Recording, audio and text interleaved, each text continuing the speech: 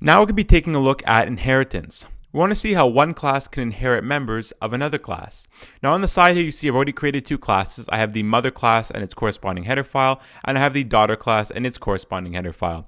Now I have to check back to my notes from grade 5 sex ed, but I'm pretty sure daughters come from mothers in real life, so the same will come from this problem today. The daughter class is going to be inheriting from the mother class, which means the daughter class in the end is going to be able to use the things that are inside of the mother class. Now, I have some keywords that I left you guys down here. In the daughter header, I wrote that this is called the derived class. So the class that's going to be receiving the inheriting material, or the class that's doing the inheriting, is called the derived class. And the class that's inheriting from, which in this case is the mother class, will be the base class. Your mother is basic. So let's see how we can set this up.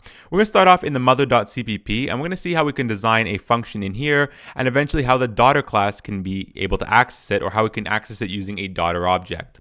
So start in the mother.cpp, and we're just going to go and create a void function, and we'll be in the mother, so we're going to have to write mother with 2 colons, and we could just call this print something, right? Nothing special. We're not going to have any parameters through it, and we're simply going to have one statement inside of it, which is going to say this statement is originally inside of the mother class. Just keep it nice and simple, right? Nothing crazy. Now I have an error here because I need to go and prototype this. So I just need to go into the header file. I need to go here and write the header of the function, which in this case is void print something, and then the brackets, just like that. And we'll see that will make my error go away.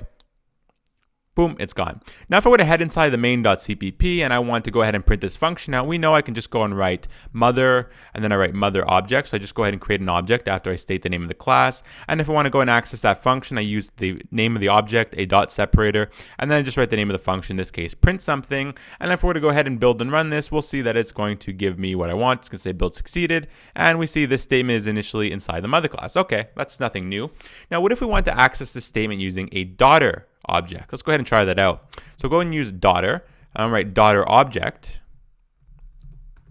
and now let's go ahead and use daughter object and a dot separator, and then we use the print something function, which is only inside of the mother class in this example. Now we see we're going to get an error, right? Because this daughter class can't just go into the mother class and start using its functions. It doesn't have any right to do that, right? We don't have the inheritance set up just yet.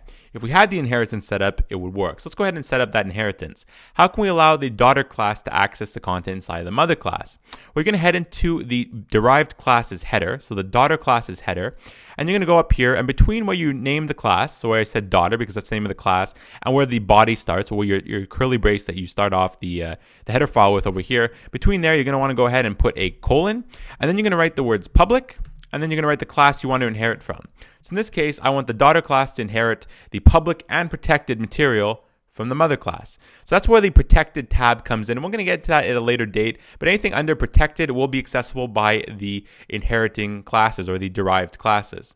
So anything that's public or protected will now be accessible by the daughter class, and this is from the mother class. So now if I went back to the main.cpp, we're going to see that the error message that I have over here is going to disappear because now the daughter class is inheriting from the mother class, and it has access to the print something function, and you can use a daughter object to access the print something right there. And if I were to go ahead and build and run this just to confirm, we are going to see that we're going to have the statement printed out twice. The statement is originally inside of the mother class, and the statement is originally inside of the mother class. So that's the basics of inheritance. We're going to be looking at how the constructors and destructors work for inheritance in the next video, so make sure you check that out as well. Hope you guys enjoyed. If you have any questions regarding inheritance, remember, comments below, leave the questions. I'll answer you as soon as possible. Thanks for watching.